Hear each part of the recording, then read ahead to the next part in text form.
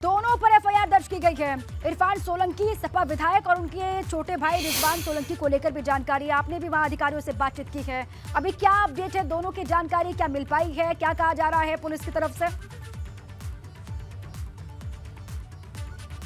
देखिए, पुलिस ने देर रात 3 बजे के आसपास ये छापेमारी की कार्रवाई की। परसों रात की घटना है। घटना पहले आपको बता देता हूँ। फातिमा नाम की पीड़िता ने आरोप लगाया था कि जो रिजवान सोलंकी हैं, जो समाजवादी पार्टी के विधायक इरफान सोलंकी के ठीक छोटे भाई हैं, उन्होंने धमकाया, मकान पे कब्जा करने का आरोप उन पर लगा और उसके बाद आग लगा दी। जब कब्जा नहीं कर पाए तो उसके बाद आग लगा दी, पूरी गृहस्थी जला दी। इस तरीके की घटना निकल करके सामने आई थी। गंभीर आरोप थे। पुलिस ने इन्वेस्टिगेशन की। चूंकि मामला समाजवादी पार्टी के विधायक का था, इसलिए पूरी इन्वेस्टिगेशन की। ज्वाइंट सीपी आनंद प्रकाश तिवारी से अब से कुछ देर पहले जब हमने बात की तो उनका साफ तौर पर यही कहना था कि पूरी इन्वेस्टिगेशन की गई। इन्वेस्टिगेशन के बाद जब आरोप सही पाए गए, उसके बाद एफआईआर की गई है जाजमऊ थाने में। जो विधायक हैं समाजवादी पार्टी के इरफान सोलंकी और उनके भाई रिजवान सोलंकी पर एफआईआर की गई है। साफ तौर पर एफआईआर करने के बाद अब कार्रवाई की गई। देर रात में उनके जो भाई हैं अरशद, उनसे हम बात कर लेते हैं। अरशद, एक मिनट आप आइएगा। किस तरह से कार्रवाई की गई है? अरशद आप बताइए। आप इधर आइए प्लीज, इधर आइए। अरशद इरफान सोलंकी के छोटे भाई हैं, घर पर मौजूद थे और क्या हुआ था?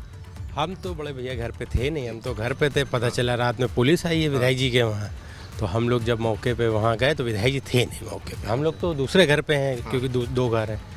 तो विधायक जी कहाँ हैं? जानकारी नहीं ना बड़े भैया। क्या हुआ? अच्छा, पुलिस कितने बजे आई थी और क्या हुआ?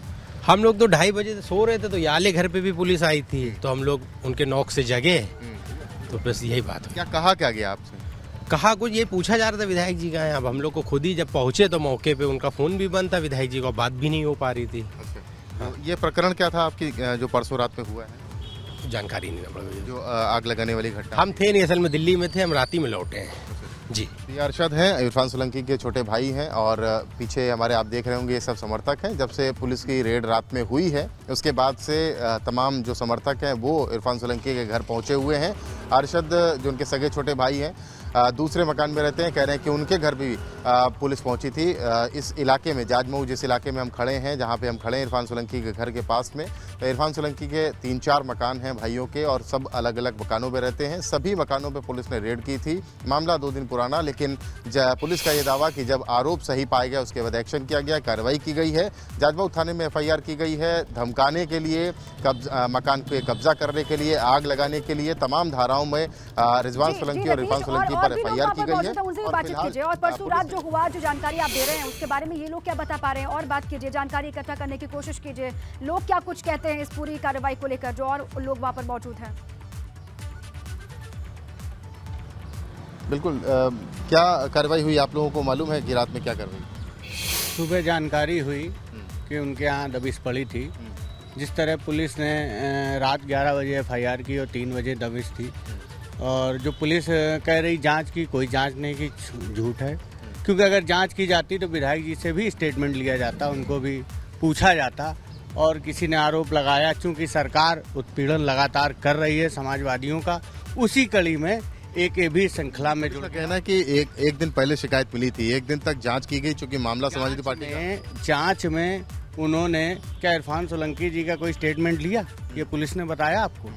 भाई जांच क्या होती है? तो विधायक जी सामने क्यों नहीं आ रहे हैं? विधायक जी कहाँ हैं? अब रात में पुलिस के सामने कौन आएगा जब पूरी तरह से अपराधियों की तरह घेरा डाला गया है हैं, और पूरा घेर लिया गया जाजमऊ, और 10 पुलिस की जीप पीएसी लेके। तो ये कोई जांच का विषय तो था नहीं, ये तो पकड़ने का विषय था। और पकड़ने के विषय में अब विधायक जी आएंगे सामने, मीडिया के भी, पब्लिक के भी, और जो जांच में पाया जाएगा। और न्याय में हम लोग विश्वास रखते हैं और न्याय लगातार कोर्ट के द्वारा मिल भी रहा है। लोगों से संपर्क में है विधायक जी? नहीं, हम लोगों के संपर्क में नहीं है। विधायक मालूम है कहाँ है कुछ? नहीं, ये भी जानकारी नहीं कहाँ है, लेकिन हम लोग को सवाल उठ रहे हैं ना कि रात में विधायक जी घर पे नहीं थे और रिजवान भी घर पे नहीं है। जो 2 लोग नेम्ड हैं वही 2 लोग गायब हैं। तो परेशानी तो इस पे भी बढ़ती है ना कि आप गायब हो गए। इस सरकार की मंशा को सभी जानते हैं, और मीडिया भी जानती है और पब्लिक भी जानती है। तो मंशा के अनुरूप काम करना पड़ता है, अपना बचाव देखते हुए अपना पक्ष रखना है। इसलिए विधायक जी अपना पक्ष रखने के लिए, नहीं तो हमें पक्ष रखने का अवसर भी न मिलता। तो ये इरफान सोलंकी के समर्थक हैं, कह रहे हैं कि इनको पक्ष रखने का मौका ही और नहीं मिलता। रतीश, विधायक कब इसीलिए से अभी इरफान फिलहाल गायब सोलंकी हैं। वहां पर मौजूद नहीं है? कानपुर में कब से उनकी मौजूदगी नहीं है? कल रात से ही वो फोन नहीं उठा रहे हैं, या फिर उनका फोन बंद आ रहा है, या फिर पहले से ही वो कानपुर में मौजूद नहीं थे? क्या बता रहे हैं ये लोग? देखिए, कल मेरी स्वयं इस मामले में इरफान सोलंकी से बातचीत हुई थी। रिजवान सोलंकी जो उनके छोटे भाई हैं, उनसे भी बातचीत हुई थी, और उसके बाद बातचीत के बाद ये भी हुआ था कि इस मामले में उनको फंसाया जा रहा है, जैसा कि उनका कहना था, उनके आरोप थे। लेकिन देर रात जब 3 बजे के आसपास ये रेड हुई है, उसके बाद से मैं भी लगातार संपर्क कर रहा हूँ दोनों को, यानी समाजवादी पार्टी के विधायक इरफान सोलंकी को और उनके छोटे भाई रिजवान सोलंकी को, लेकिन दोनों के फ़ोन नहीं मिल रहे हैं। रिजवान सोलंकी के नंबर पर बेल जा रही है, लेकिन फ़ोन पिक नहीं किया जा रहा था, और इरफान सोलंकी के दोनों नंबर जो मेरे पास उपलब्ध हैं, उन दोनों नंबरों पर जिन पर बात हुआ करती थी, उन पर वो कॉल नहीं जा रही है। रिजवान और इरफान कहाँ पर हैं ये पता नहीं, पुलिस को भी अभी तक कुछ नहीं मालूमात हुई है कि दोनों लोग कहाँ पर हैं। लेकिन इतना तय है कि पीड़िता, पुलिस ये कह रही है कि पीड़िता ने जो आरोप लगाए हैं उसकी जांच पड़ताल की गई, वो सब सच पाए गए, उसके बाद यहाँ पर टीम पहुंची हुई थी। अब आग लगाने का आरोप है, घर में कब्जा करने का आरोप है, धमकाने का आरोप है, इसको लेकर क्या कहते हैं ये लोग?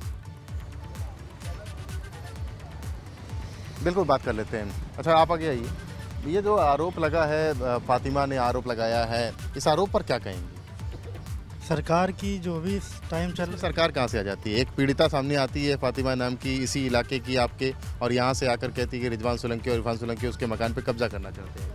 पहले तो ये जांच का विषय है, पहले तो जांच होनी चाहिए, जांच के बाद फिर अगर आप अपराध पुलिस कह रही है ना कि हमने 24 घंटे बाद एफआईआर की है, जांच की होगी तभी एफआईआर की होगी। तो उन्हें विधायक जी का भी स्टेटमेंट लेना चाहिए ना, उसके बाद कोई कार्रवाई करते। अगर उनका अपराध है तो उनको भी बोलने का, अपना पक्ष रखने का मौका दिया जाता है। अच्छा, आप किधर आइए। आपको लगता है कि जो ये शिकायत की गई है ये सही है या क्या, किस तरीके की शिकायत? भाई, शिकायत पक्ष तो किसी की भी शिकायत कर सकता है, लेकिन जिसकी शिकायत हो उसका भी पक्ष लेना चाहिए, और जब तक दोनों के पक्ष सामने ना आए, जब तक जो है तो कोई भी दोषी ठहराया नहीं जा सकता है। जब दोनों के पक्ष सामने होंगे तभी तो दोषी और बगैर दोषी ठहराया जाएगा। इस बात पे आप लोग कितना श्योर हैं कि विधायक जी और उनके भाई से पुलिस ने कोई बात नहीं की, सीधे कार्रवाई कर दी? सीसीटीवी कैमरों का दौर है, हर गली हर मोहल्ले में लगे। वही मैं कह रहा था, सीसीटीवी में कोई वो अगर प्रशासन, चूंकि हाई प्रोफाइल मामला है, विधायक का मामला है, प्रशासन को वो चीज बाहर लानी चाहिए मीडिया के कि ये देखिए विधायक और उनके भाई घुस रहे हैं आग लगाने के लिए,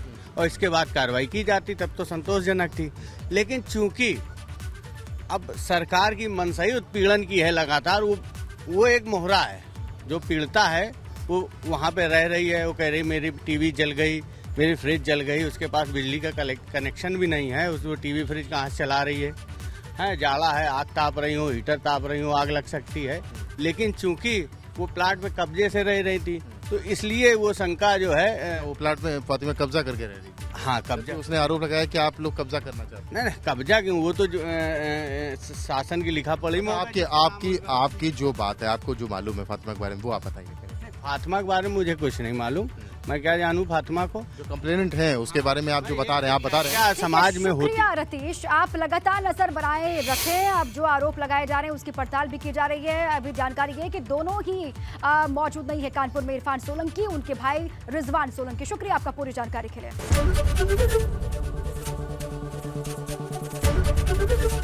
एबीपी गंगा, खबर आपकी, जुबान आपकी।